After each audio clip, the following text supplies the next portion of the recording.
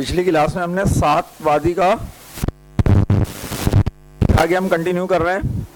7वीं वादी ही में सेमुर्ग का महल था। सिर्फ 30 परिंदे जिंदा सलामत यहाँ तक पहुँचने में कामयाब हुए थे। जब वो दरवाजे पर पहुँचे तो दरबान ने कहा, तुम अंदर नहीं जा सकते, वापस चले जाओ।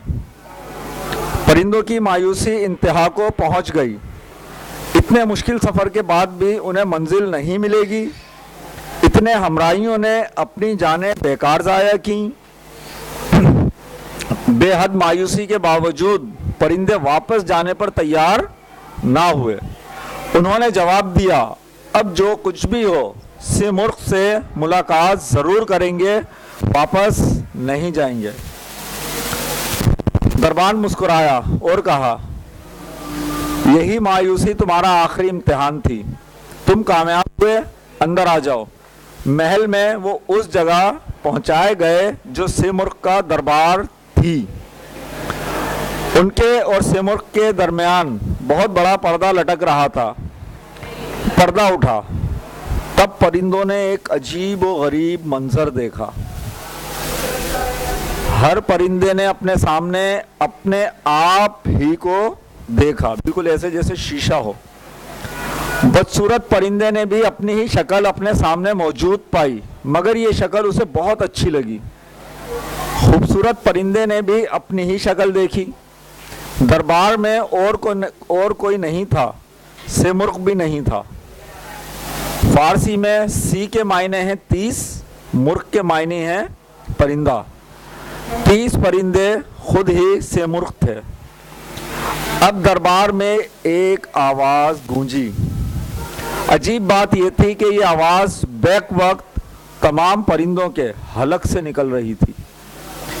आवाज़ कह रही थी, मैं ही सेमुर्ग हूँ। तुम अगर 40 या 50 भी होते तब भी फर्क ना पड़ता। तुम में से हर एक अपने आप ही को देखता, क्योंकि सेमुर्ग दरअसल तमाम परिंदों का वजूद है। हर परिंदा सेमुर्ग है, मगर तन्हा नहीं, बल्कि सबके साथ मिलकर। परिंदों ने हैरत से एक दूसरे की तरफ देखा, जैसे वो सब अलग अलग परिंदे ना हों, बल्कि एक ही हों। अपनी तरफ देखा तो अपने आप को बिल्कुल अलग पाया। हर परिंदे की शख्सियत बरकरार थी, फिर भी वो एक थे।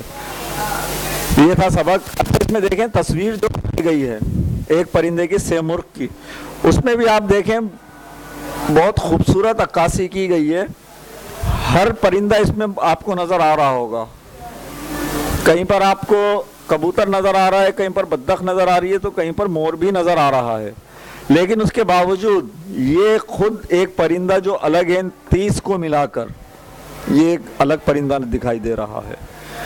ये सिर्फ उस कहानी की अक्कासी है जो यहाँ पर पेश की गई थी।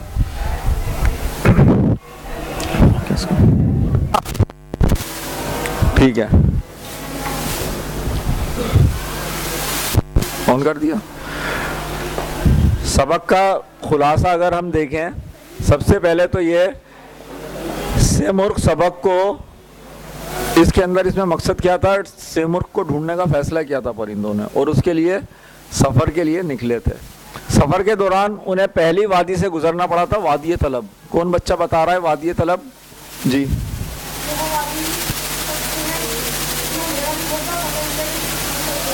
अंधेरा था और पता ही नहीं था ये वादी कितनी दूर तक फैली हुई है। यानी कि हमारी अगर ख्वाहिशात की वादियों को देखें तो हमारी ख्वाहिश की कोई हद नहीं है, और अंधेरा ही होता है, पता नहीं कहाँ तक जाएंगी। जी,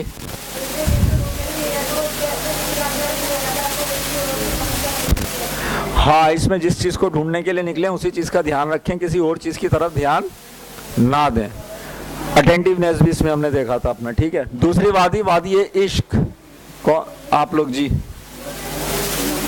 वादी इश्क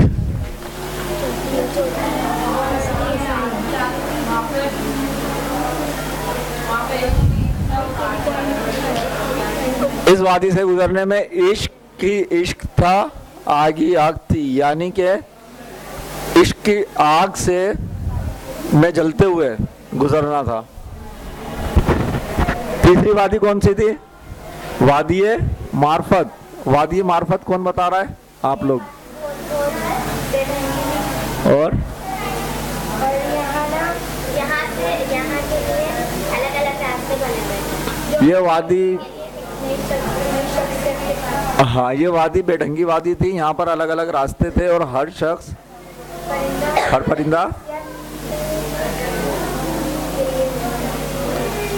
परिंदा अलग रास्ते से गुजर रहा था और मंजिल सबकी क्या थी? एक ही थी। चौथी वादी, वादी इस्तगना।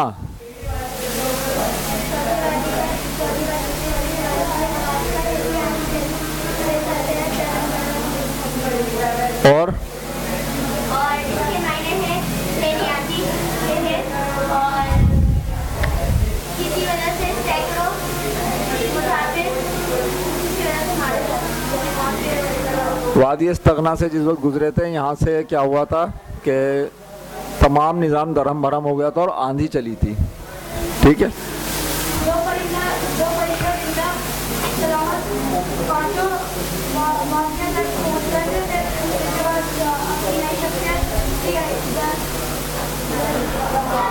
वादी इस्तगना से गुजरकर जो लोग भी वादी तौहीद में पहुंचे थे, वो लोग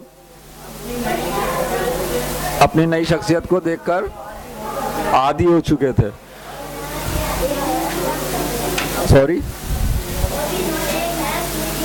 और उन्होंने नया सूरज निकलते देखा। मकसद अपनी नई शख्सियत, अपना नया रंग देखा कि अच्छा हम में ये सलाहियत भी है। आप लोग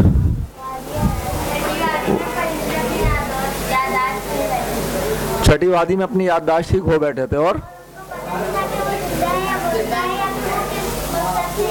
बस कोई होश नहीं है, ना अपनी जान का ना किसी चीज़ का, बस चलते चले जा रहे हैं। वादी हैरत। सातवीं वादी, वादी फुक्र फना। जी, सातवीं वादी में याददाश्त वापस आ गई थी। और क्या था?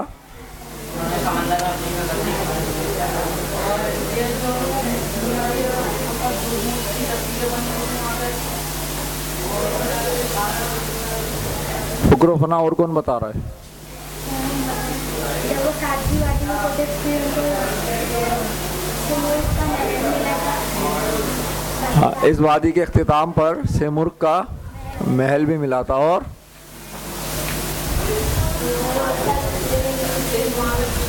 जो